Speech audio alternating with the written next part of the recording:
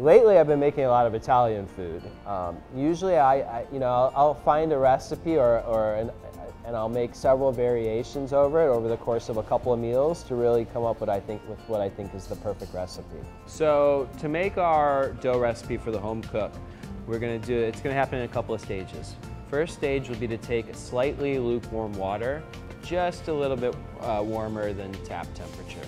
To that, we're gonna add our yeast. We're gonna let our yeast come back to life in the water for a little while.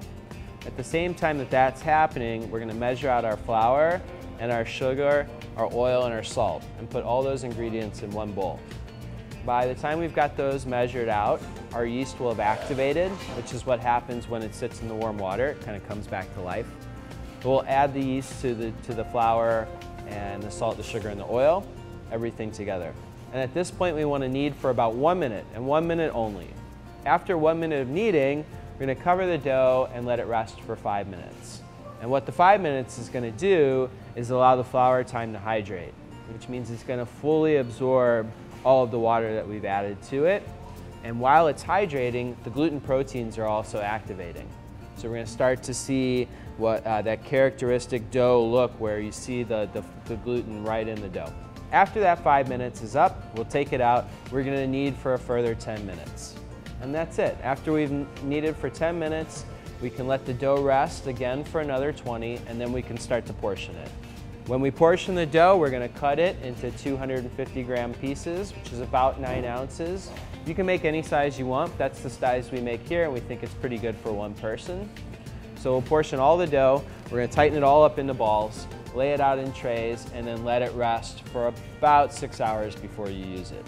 Resting for 6 hours is going to allow the yeast to multiply and to start to digest the fermentable sugars in the dough. And as the yeast do that, they release carbon dioxide gas, which allows the dough to grow and puff up.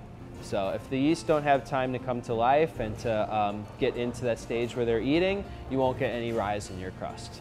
There's a lot of different techniques to take your dough ball and stretch it out into a full-size pizza shell. So, you know, our technique, the Neapolitan technique, is called slap and stretch. And so that involves pressing out the dough ball a little bit, and then we take it and we stretch it, flip it, slap it, turn it, flip it, stretch it, flap it. At home, what we don't recommend is a rolling pin. You never want to use a rolling pin on your dough because that's going to press down the edge of the crust and you won't get that nice cornice all the way around. So when we're stretching or rolling out our dough at home, we'll do it by hand and we never want to touch the edge. Only work the inside of the dough ball to press that out and leave the edge as intact as possible so you can get that really nice puff.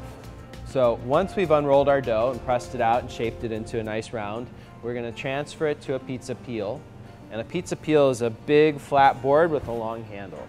So the pizza peel needs to be well floured so that the pizza will come off of it and land on our pizza stone.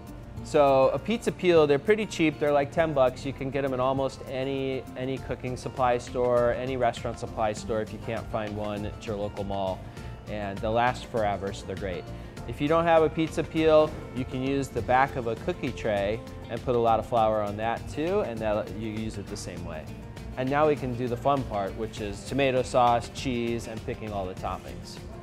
From there, sky's the limit in terms of where you want to go with your toppings. So before you start unrolling any of your dough, you want to make sure you have all of your other ingredients ready for your pizza. So sauce should be made, cheese should be grated, all of your toppings lined out up on your counter so you can put the pizza together quickly.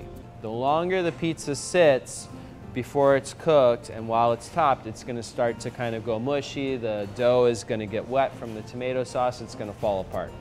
Now, once you start going, you want to work quickly.